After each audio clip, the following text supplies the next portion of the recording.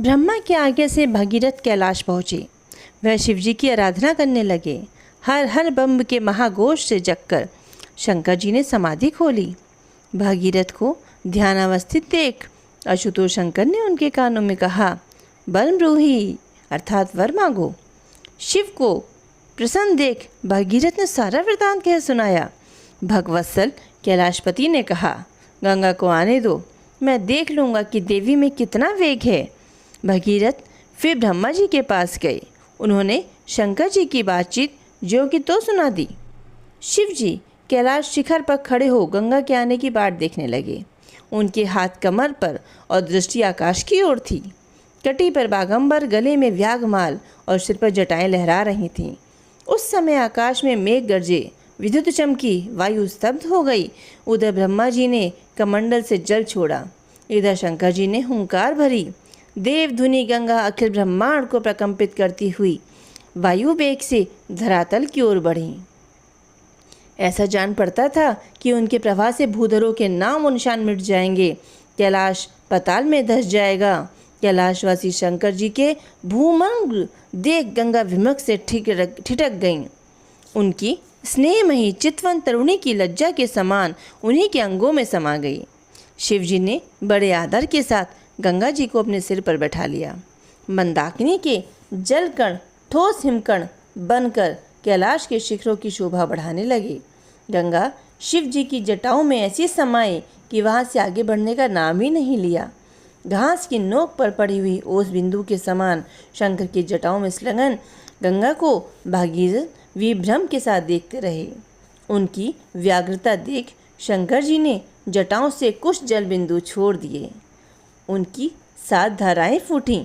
भागीरथ की धारा भारत भूमि की ओर बढ़ चली। महाराज भगीरथ आगे आगे शंख बजाते चले। पीछे पीछे भागीरथी बड़ी उमंग से बढ़ती चलीं।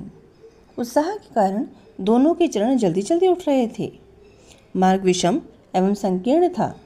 जल दोनों कूलों पर चढ़ गया।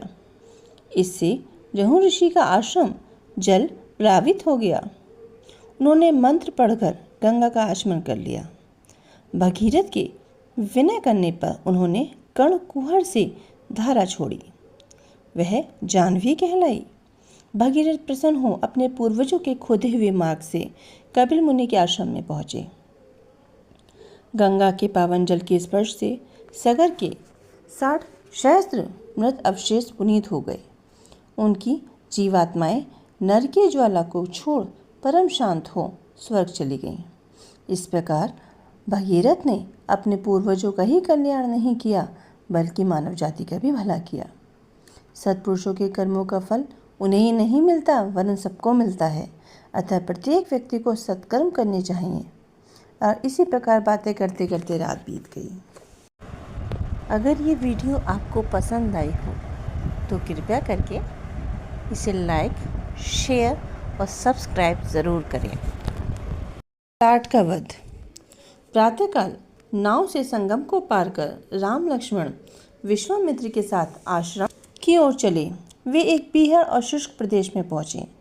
उसमें जहाँ तहाँ दरारें पड़ गई थीं। बालू और बजरी बिखरी हुई थी। चलते चलते दोपहर हो गई। ऊपर से सूर्य की किरणें आग बरसा रही थीं। नीचे धरती तवे के समान जल रही थी। आकाश में धूल छाई थी। वायु के थपेड़े लग रहे थे। वहाँ न कोई जलाशय दिखाई देता था, ना ही कोई छायादार वृक्ष। पशु पक्षी भी कहीं जाकर छिप गए थे। चारों ओर सन्नाटा था। वायुमंडल भाए भाए कर रहा था। जीवन के कोई लक्षण न देखकर राम ने मुनि से पूछा कि ये कैसा शून्य स्थान है। विश्वामित्र ने बताया कि एक कामवन है। दक्ष प्रजापति की पुत्री के सती हो जाने पर शिव ने मन शांति के लिए यहाँ दीर्घकालीन तप किया था। मन्मथ ने उनके मन को शुद्ध करने के लिए पुष्प धनुष का संधान किया। शंकर जी ने तीसरा प्रियंकर नेत्र खोलकर उसे भस्म कर दिया। पति के भस्म हो जाने पर उसकी स्त्री विलाप करने लगी। कुसुम, कोमल अंगनी, कोकिल कंठी और अनज्ञ सुंदरी रति का विलाप सुनकर शिव जी को दया आ गई। उन्होंने वरदान दिया कि अब से तेरा पति अनंग रहेगा। वह लोगों के मानस का मंथन कर काम नवनीत के रूप में सदा उत्पन्न होता रहेगा। वह मरकर भी अमर होगा। तेरा सौभाग्य अटल रहेगा। मन वांछित वरदान पाकर रति चली गई। यह कामाश्रय आज भी निर्जन पड़ा है।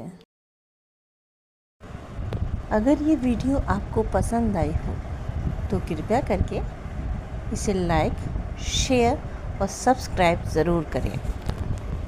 विश्वामित्र जी ने बताया कि किसी समय यहाँ सुकेतु नाम का यक्ष रहता था। उसकी कोई संतान नहीं थी। उसने कठिन तपस्या की। तब से प्रसन्न होकर ब्रह्मा जी ने एक सुंदरी एवं बलवती पुत्री का वरदान दिया। सुकेतु कन्या को पाकर अपना जीवन धन्य समझा। उसने लड़की का नाम ताटका रखा। वह रूप संपन्न युवती हुई तो उसका विवाह सुंद के साथ कर दिया। दोनों की जोड़ी देखने लायक थी। उनके सुबाहु और मारीच नाम के 2 पुत्र हुए। वे अमित बलशाली थे। उन्हें अपने बल का बड़ा घमंड था। वे आसपास पड़ोस के नगरों एवं आश्रमों पर आक्रमण किया करते हैं। एक दिन सुंदर महर्षि अगस्त्य के आश्रम में पहुंचा और पेड़ पौधे उखाड़ने लगा। इससे भयभीत हो मृग एवं पशु आश्रम छोड़कर भागने लगे। महर्षि ने सुंद को श्राप देकर भस्म कर दिया। जब ताटका क्रुद्ध हो उपद्रव करने लगी, ऋषि ने कहा, जा राक्षसी हो जा। राक्षसी होने पर वह और उपद्रव करने लगी। उससे तंग आकर ऋषि दक्षिण देश चले गए। तब से ताटका निर्भय होकर विचरती है। उसने यात्रियों का निकलना बंद कर दिया है। वह जिसे पाती है उसे खा जाती है। वही हमारे आश्रम पर छापा मारती है। उसके लड़के यज्ञादि में बाधा डालते हैं।